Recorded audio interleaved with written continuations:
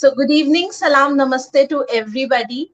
And this is Aditi on Kitabe Club's page, and I'm again here with yet another eminent personality. And that the book that I'm going to talk about today is Stories at Work, which is written by author Indranil Chakraborty. He's with us. Just, sir, allow me to tell a brief about you to our Sure. audience that.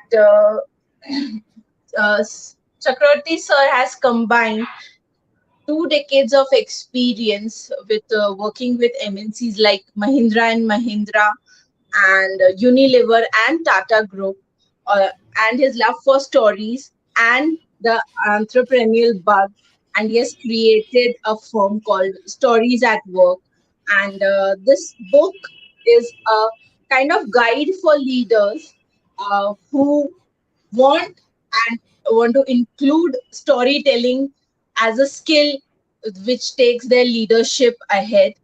And since 2013, Stories at Work has helped and trained more than 1,500 leaders in 30, I guess more than 30 organizations as well. And the organizations are huge organization giants of India like Cognizant, HCL, then Infosys. So, Sir has been training a lot of employees, and he's here today to talk about the book Stories at Work. So, first of all, Indranil, sir, thank you so much for accepting our invite, and we welcome you to Kitabe Club. And thank you for having me, Aditi. And you can call me Indranil. You can, sir makes me feel even older than I am. Okay, I'll try that. So, Indranil, coming to the very first question, coming straight to the point, what made you believe in the power of stories? Okay. So, we all know that stories have been with us, right? Our grandmothers have told us that's how we learned. But the question, I think, is what made me believe in the power of stories in business? Yeah. Like I say in the first chapter of the book, I was in Mahindra Holidays as the chief marketing officer, and we were trying to figure out how do we make a message. So, what was our message? We had created a credo as in why do we come to work every day? Yeah, and our credo was to make every moment magical. We were in the Yes. hospitality business, so it made sense. But then we asked ourselves, what should employees do? Yeah, which will help them deliver these magical moments. Yeah. And one of the things we said the employees must do is there should be no room for ordinary. Yeah, why? Because ordinary can't be magical. Yeah, and we had something like experience is everything. Why? Because most of the industry was selling things like 4-star and 5-star holiday. I don't know what that means. Yeah, whereas if you told me that what you're going to give me was, let's say, a holiday experience where I would sleep in a tree house in a jungle, that I can understand, right? So experience is Yes. everything became the second guiding principle, and so on and so forth. While in head office it all made sense, the question I kept having in my head is, how do you get the housekeeping boy, let's say in Manali, to understand what no room for ordinary meant? Yeah. And True. it was not about running workshops or translating. How do you get essence to be translated? And as I was trying to find a solution for it, I stumbled onto storytelling as a way. And so what we did was we collected stories from the organization, which we thought was a great example of no room for ordinary. So instead of explaining no room for ordinary with more English words saying, you should do this, you should do that, we said we give them stories or examples. So, for example, we gave them a story like this one, where a receptionist in one of our resorts in Yes. Karnataka, Cold Resort, gets a call from a Yes. member, Yes. and he sort of takes the call. And when he's relaying the call to the lunchroom, the other receptionist overhears. And this guy says, the member is coming with 2 children and his wife. They are stuck in traffic. They won't make it to the lunch service. Can we pack some lunch boxes and keep? So the other guy says, hey, did you ask the member which route he's coming from? He says, yeah, that route. He says, then do one thing. You call the dining hall and tell them to pack some tea and cakes as well. So this guy says, but why? He says, oh, don't you know there's a flower show that will be inaugurated by the local politician? The police have blocked that road. There's no hope in hell that they'll be here before 6:30. So the first guy says, "Oh my God, there are children in the car." Half an hour later, the shift gets over. This guy, without telling anybody, without taking any permission, goes to the lunchroom, picks up those lunch boxes, ties it up on his motorcycle, travels through some interior roads for 6, 7 kilometers, keeps calling the member's mobile phone, locates the car, and then says, "Your children must be hungry." And we said that is what no room for ordinary looks like. Yeah. And as soon as you do that, people get it. People, you've taken something abstract, no room for ordinary, and made it concrete with that story. And that was how I stumbled into business storytelling. True, true. Like that story really touched me. There are less incidences where in hospitality industry where they have an 8 hour standing job and then after the shift is over, they do something so Mm, grateful. So that story stuck me somewhere and it mm. hit the chords actually. So, moving on to the next question, like, do you think that stories do have the power that can drive an organization? Of course. So let's go back to what is an organization, right? What does an organization do? There are a set of people who think up what the organization should do. Sometimes most of them then tell a larger set of people what to do, right? And those people go and do it. So you take airlines, there would be a strategy, there would, or you manufacture soaps or whatever, there would be an idea, a vision, a strategy which the leaders make up, and then they have to get a huge number of people to follow their instruction, right? Now I am sure, just let's take, do you have domestic help, staff at home? Yes. Yeah. Yes. So has it ever happened that you went and told your staff, "No, no, no, aisa nahi karte, you should do it this way and this way, have you got it?" And they said yes, and then 3 days later they were still doing that old thing. Has it happened? Yes. Yeah. So that happens even in organizations where leaders would talk to people and they tell them something, and then they ask them, "Have you got it?" They sometimes even say, "Repeat it for me," and they repeat it perfectly fine. But then what happens is six days later they're still doing the old thing. Now, why does that happen? Why does your message with your staff doesn't stick? And why is that story that you said you read about, what, 3 years ago? You still Yes. remember the story? You may not remember it was Kurg Resort. Yeah, you may not remember that there was a flower show being inaugurated, but the basic story you remember, something you read Yes. 3 years ago, because I just saw the Yes. book you took out that is from the first print. Yeah, because the Yes. next print had a bestseller label on it. Yeah. so Okay. so which means this is a 2018 edition. Now you read it Yes. sometime then, but you still remember the story. Now why does that True. happen? It is to do with how our brain is. You see, when you tell your staff, this is how to do it, this is how to do it, that word is being processed by a new part of the human brain called the neocortex. Yeah, the new Yeah. cortex. But most of our work is done by something which is the cortex, the old cortex. Now the problem with the old cortex is that it does not it can't understand language, but it is very good with memory, right? Where the new cortex understands language but not good with memory. Now, the reason you remember the story, but your staff doesn't remember your instruction, or people don't remember their leader's instruction, is because the instruction is being processed by the new cortex, which understands language. However, when I told that story, you and every listener today would have imagined a reception. You pictured a Yes. reception. You pictured two people. Now, those two people may look very different from my picture of two people. You pictured a Yes. car stuck in traffic. You pictured children in the car. You Absolutely. pictured a motorcycle with with lunch boxes going through. Now, because the story creates pictures, those pictures are actually processed by the old brain, the old cortex, which is very good with memory. Yeah. Okay. So when you tell any message through a story, yeah, you are able to go into that old cortex and make it memorable. Yeah. So when you use this technique in your organization, then you will be able to pass the message far stronger. Let me give you an example. In almost all organizations, I'm sure leaders have told their employees, don't focus on short term. Yeah, short term will ruin profitability. If you want the organization, you should focus on long term. You heard it also. Yeah. True. Now, Yes. the thing is that if I told you what did the leader say next day, you'll forget. He said, I don't know. Sab kuch to bola tha. Now, suppose the leader, instead of saying that, said, you should focus on the long term and not on the short term. Let me give you an example. And this example comes from a story told by late Manohar Parikar, who used to be the chief minister of Goa and the defense minister of India. Now, Manohar Parikar grew up in the village called Para. That's where the name Parikar comes from in Goa. Now, Para was very famous for watermelons, large watermelons. Yeah.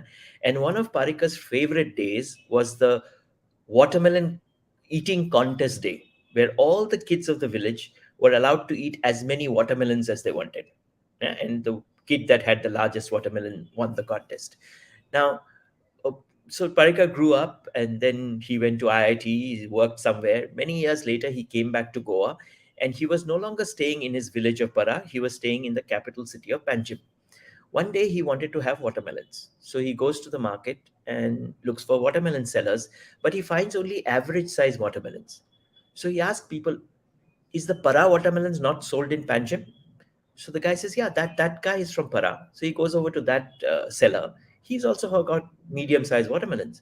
So he says, what happened to the watermelons of Para? He says, I don't know. So Manohar Parikar starts investigating. And when he investigates, he finds out two, three things. The first thing he finds out is that when he was a kid and all other kids and had that watermelon contest, eating contest day, the farmer was actually using them as child labor. Now, what does that mean? There was one rule of the watermelon contest, which is you could eat as many watermelons, but you couldn't bite the seeds. You had to keep the seeds in a bowl. Yeah. So what the farmer was doing was keeping his biggest watermelons aside for the contest. Why? Because then he got those seeds for big watermelons. Yes. And so there was a tradition where kids also had fun, but more importantly, he got seeds for large watermelons. Now, during this period where Parikar was away, the watermelon farmer died and his two sons took over. Now the sons thought father is mad because the big watermelons are the ones that get the best price. Yeah. Yes. And father is wasting them in this tradition of contest. So we will keep the tradition of contest, but we will keep only the medium sized watermelons for the contest or the small watermelons, because how does it matter? Because we'll cut the slices, people can eat as many watermelons, and we'll sell all the large watermelons because we'll make more money. Yeah. Now, what happened with the smaller watermelons? What did they get? Seeds for small watermelons. And so, with over the years, the entire large watermelon genetics of Para disappeared. Why? Because these two sons were looking at short-term gain of selling the watermelon now, whereas the father was looking at the long-term gain of keeping the watermelon seeds to sow. Yes. Yeah. And that Wow. is why one should focus on the long term and not the short term. Now, Yes. what are the chances that you're remembering this message for far longer? I would, because I was entangled in your story. I can imagine the watermelons, the big watermelons, and the medium-sized watermelon. So this will be there in mind for long. That's And definitely. along with that story, what will be there in the mind is the message of the story about short Yes. term versus long term. Now, so True. in business, coming back, whenever leaders want to create messages that have to be memorable, which everyone wants, right? Even you want your staff to be remembering your stuff. So instead of just giving opinions, can you tell a story from where that opinion was born? Now think of the opinion or advice you give your staff. Where did this opinion come from?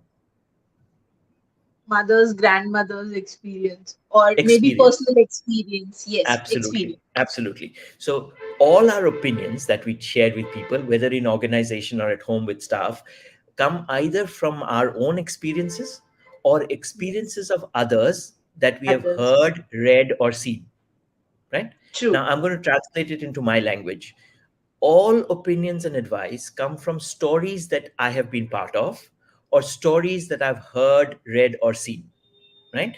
Now, so what I want you guys to do, and I would ask the listeners to do, is the next time you want to give an opinion, before you give that opinion to your staff, to your friends, if you're in office, to your team, don't just give that opinion. Ask yourself, what happened in my life that created this opinion? Or what happened in my life that reinforced this opinion, right? And then instead of just sharing the opinion, share the opinion and also share that story. Sorry. And because what happens when you share the story, people will picture the story. What will happen? It will get processed by that old brain, which is very good with memory. So your message will stay for longer when you attach it with the story. Wow. So we are talking so much about the story. So my next question would be like, how can one learn this art of storytelling? Okay, so there are two parts. One part which I've already told you, right?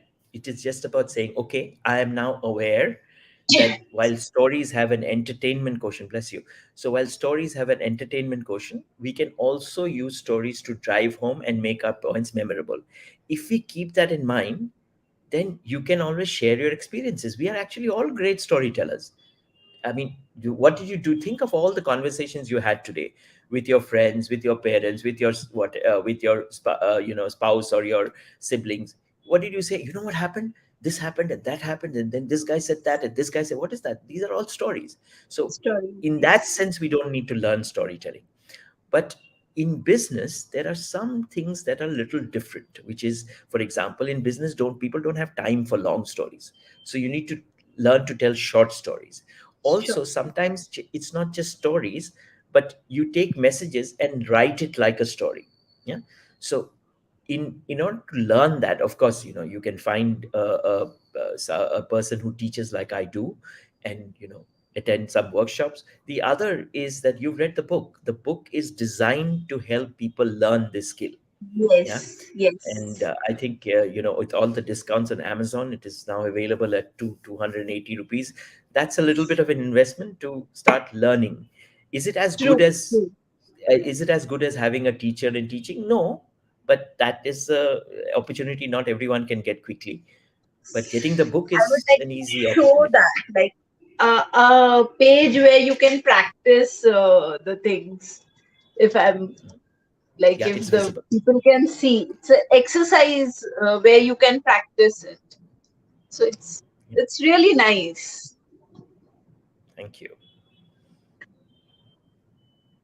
So how can, moving on to the next question, how can one build a story bank and use it at a correct time when it comes to business?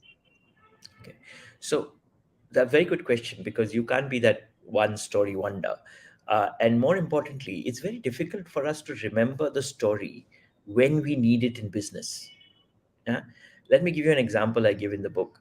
Suppose I told you that the point you're going to make tomorrow in office is that if people only have skill and competency, does not mean that they'll become successful. Yeah. Fair point. Do you agree with that point? That Yes, only yes, skills and competencies cannot make you successful. You need much true. more. You agree? Yeah. But now I tell you that, if you tell me like this, I'll forget tomorrow. So I want you to tell me a story that will help me remember. Now, does a story come like this into your mind? No. No. But I know probably know two stories. One, are you a cricket fan? Do you watch cricket at all? Mm, not No. really. Okay. Okay. So here's a question to the cricket fans, and I'm going to come back with it. So Yes. if you're not a cricket fan, you know at least one story. If you are a cricket fan, you know two stories. So the cricket Okay. fan story is there were two little boys called Sachin Tendulkar and Vinod Kambli. Yeah. Okay. When they were Yes. in school, both of them were fantastic cricketers. They both went together to create what is still the highest ever score done in cricket, which is more than 600 runs by two people.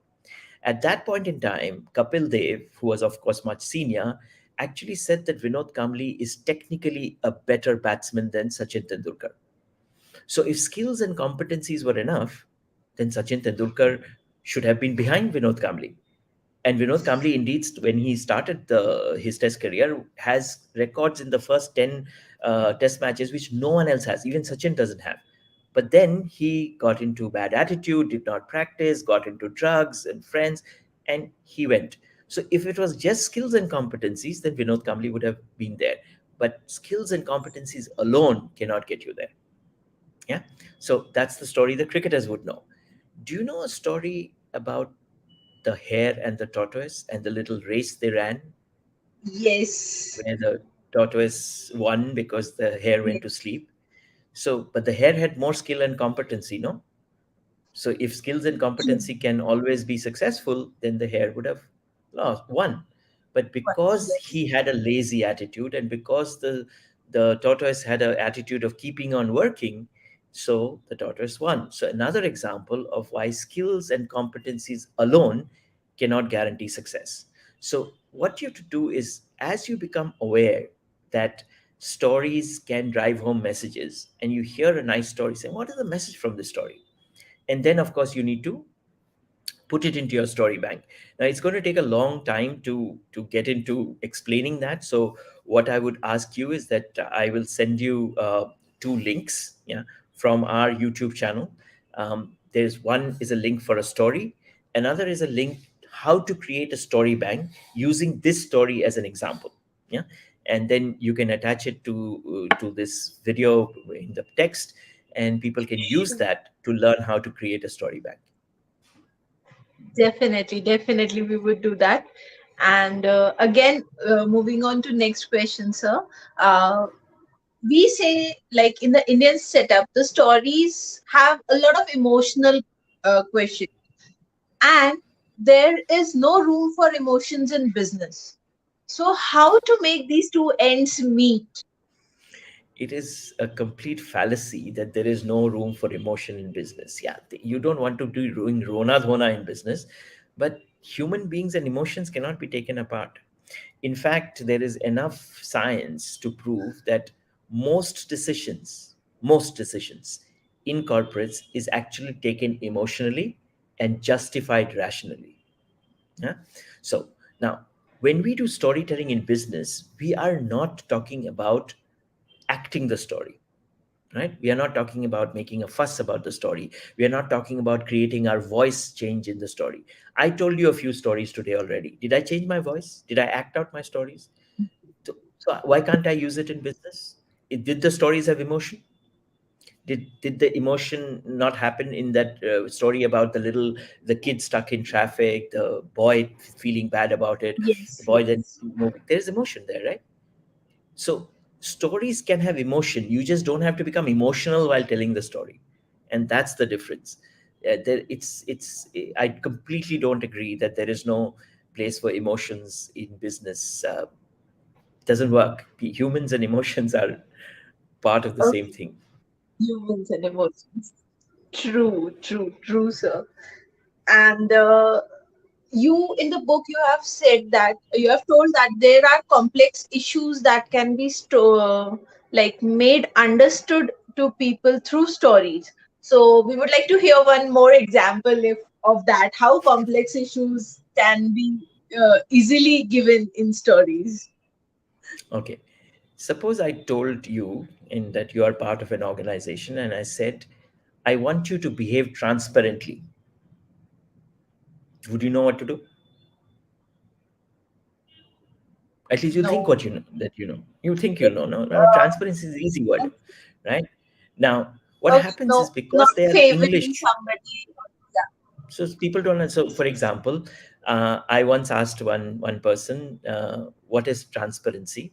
And he said, "Oh, you know that manager. He's very good at explaining things. He's very transparent."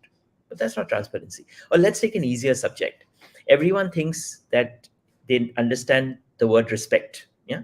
So let's say in business, you are telling people, we need you to treat all your employees with respect, all your colleagues with respect, right? And we think everyone understands that. No, according to me, all these English abstract words are complex.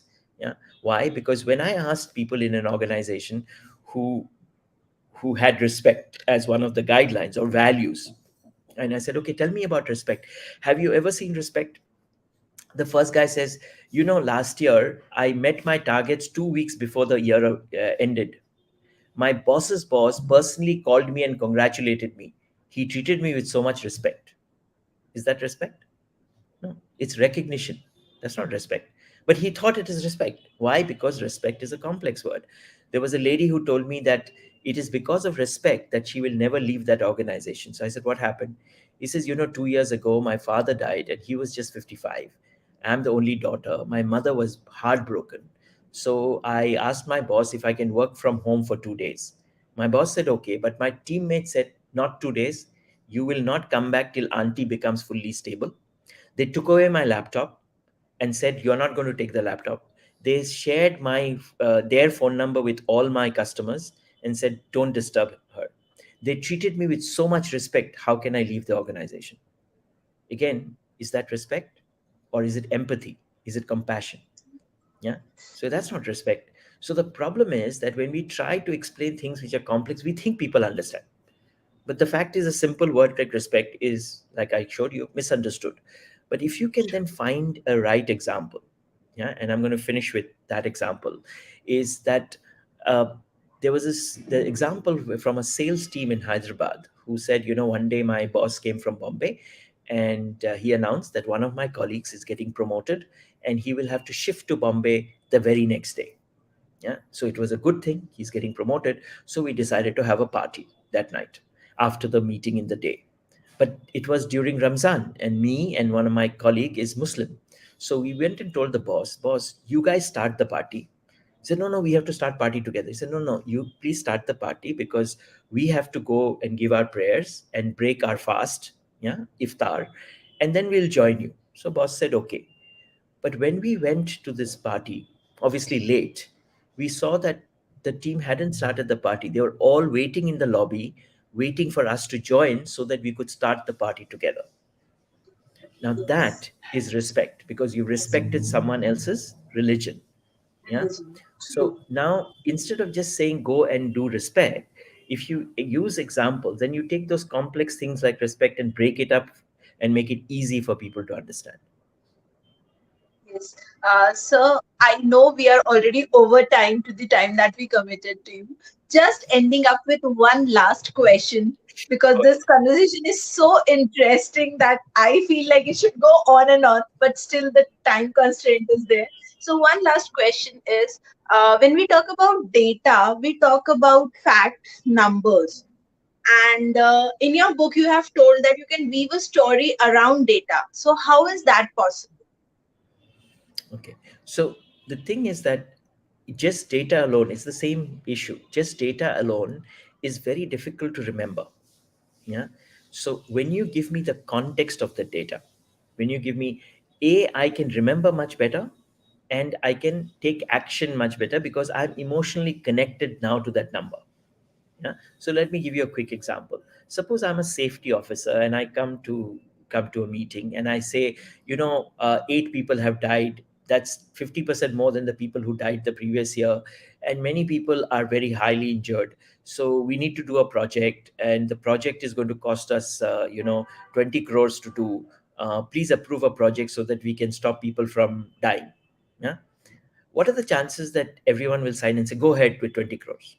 Mostly no, because they'll say, tell us what happened, tell us where it happened, tell us how to do it, etc. But suppose I went and said, just last week I met Vivek, who had lost his right arm in the Bombay accident. We have committed to Vivek employment for life. Yeah. But Vivek knows that he can't get the kind of jobs he could have got if he had his right arm. And 5 months ago, I met Ramesh Menon's family. Ramesh had died in the boiler accident in Jabalpur. We have given Ramesh's family an ex gratia payment of 5 lakhs. But his wife was asking me, how am I going to, you know, get bring up my two daughters and get them married? And Ramesh and Vivek are not alone. Last year, we had 8 Rameshes. That's 50% more Rameshes than the year before. And also, we had 12 Viveks. While that's less than the previous year's Vivek, but that's still 12 Viveks. And we can't let this go on. We have to invest and get things right. And for that project, we need about 20 crores. Now, what are the chances that you might get a better decision in the second time? Yeah. Why? Because I Good brought that choice. data. Good, The good data was choice. 8 versus 4. I brought the data alive for you. So that is how you can use stories to explain data. True, true, true. So with this, I would end up my questions, though there are it would be coming up, but still, for this live, I would end it, and I would recommend everybody, those who want to build this leadership skills and go with this book. You would really love to read it, and this will be really helpful for you all. As Sir earlier mentioned, as Indranil earlier mentioned, that it is available on Amazon. So do purchase and read it, guys.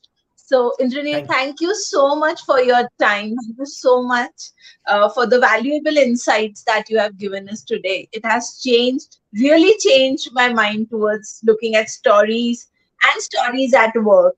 So, thank you so much for that. And You're this is welcome. And Aditi signing off. Thank you so much thank you. for your Thank time once again. Yeah. you. Thank you. Bye.